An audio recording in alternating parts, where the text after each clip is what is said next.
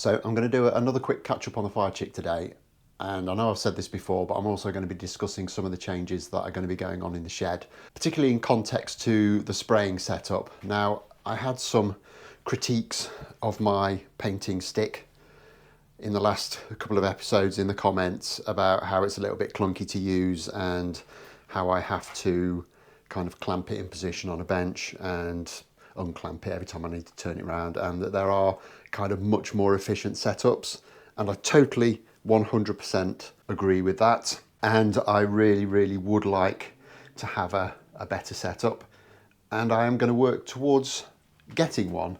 However, there are some issues, and if we come over we can just see we've got the spray kind of area in the corner there, which is where I would like, kind of in this area here, to put like a shelf in, and that would have a rotisserie style setup for specifically fender bodies, where they could be spun round and painted a lot more effectively.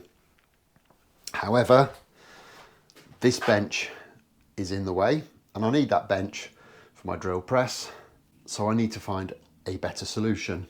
And I think what my solution is going to be is an absolutely massive rejig of this end of the workshop. Now, I've got this bench in front of the window here with my disc sander on and a grinder and a load of crap that needs moving. My intention is going to be, I'm going to move this bench over to be underneath this little row of cabinets on the other side of the workshop. It'll mean moving one or two things like the clamp rack. Obviously the bandsaw doesn't sit there anyway normally. I'm also going to reconfigure and move this plane rack. That is going to go into the far corner of the workbench over there, where I have all my charging equipment at the moment for camera batteries and stuff. So that's all going to get moved. I discussed that was going to go into a drawer underneath that little bit of worktop at the end there. So that'll free up a little bit of space for the plane rack, and it'll also mean there'll be less flat area for me to accumulate junk behind me on that bit of the bench, which is also a bonus. So with this bench moved over here, I can have that fixed in position. I might leave a little bit of room over here just for some stuff, the bin, etc. What I'm then going to do is I'm going to get rid of this bench completely, and I'm going to make a new one that's big enough to fit the drill on and will also accommodate the stuff that tends to collect underneath this bench, apart from the extractor.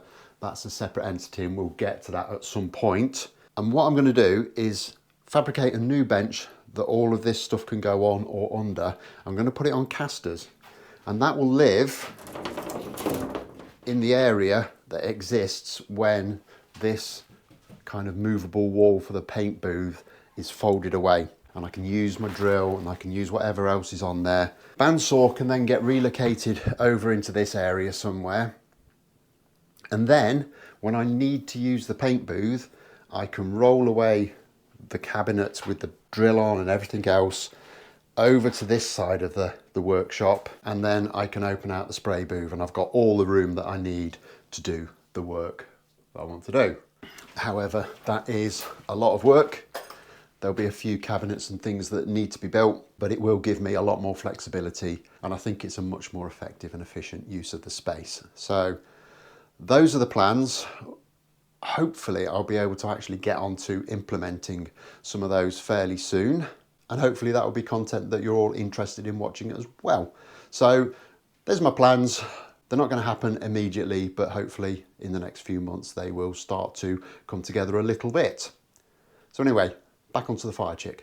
Because realistically, I don't want to get a huge amount done on the Firechick in this episode, but what I want to do is actually get this pickguard underway and completed. First of all, I just need to check that the lower wing that I've got kind of fits on the drawing, and it does. It's a little bit off at this back end, but other than that we're pretty good. So I can use that to make my pickguard template, and as always just going to start with a bit of tracing paper. Get that fixed in position.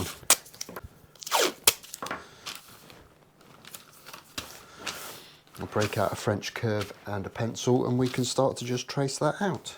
There's a bit of complexity on the drawing I'm using because the pickguard actually fits around the pair of humbuckers that are fitted or depicted in the drawing, which obviously we're not using.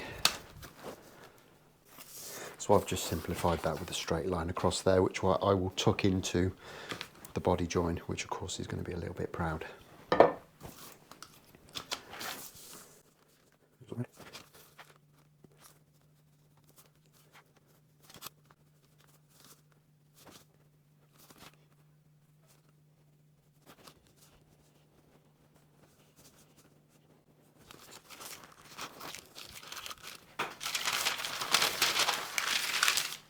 So that gives me a rough outline of that pickguard. I'll cut that out. We'll get that stuck onto this material and just get it roughed out on the bandsaw.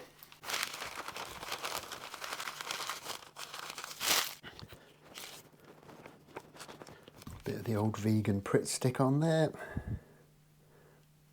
I'm just going to line that up with the straight edge that I've already got on that top edge.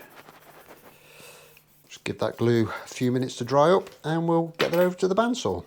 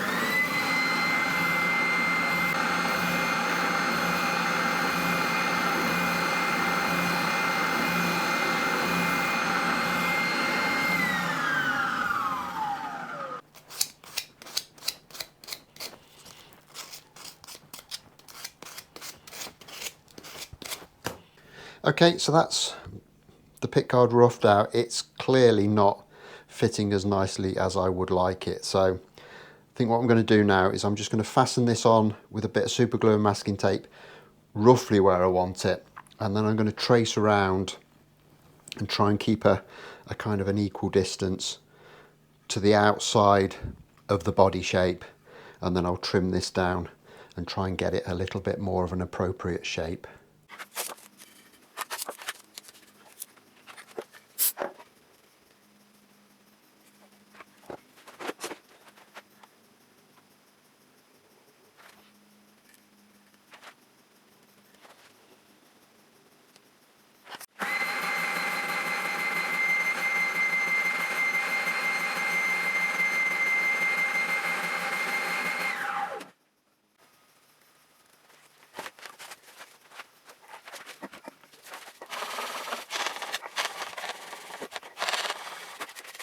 Okay, and I think that fits an awful lot better now.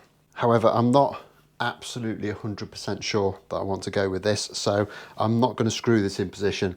I might not screw it in position anyway, because with it being so small, I think standard size pickguard screws would look a bit clunky in there.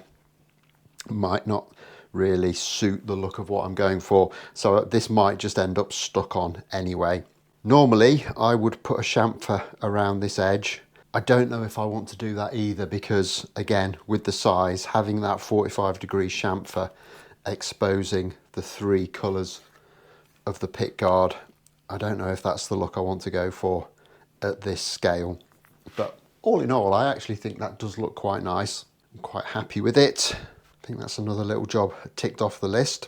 So next up on this, I think we're at a stage now where we can kind of understand where we are in terms of body thickness, etc.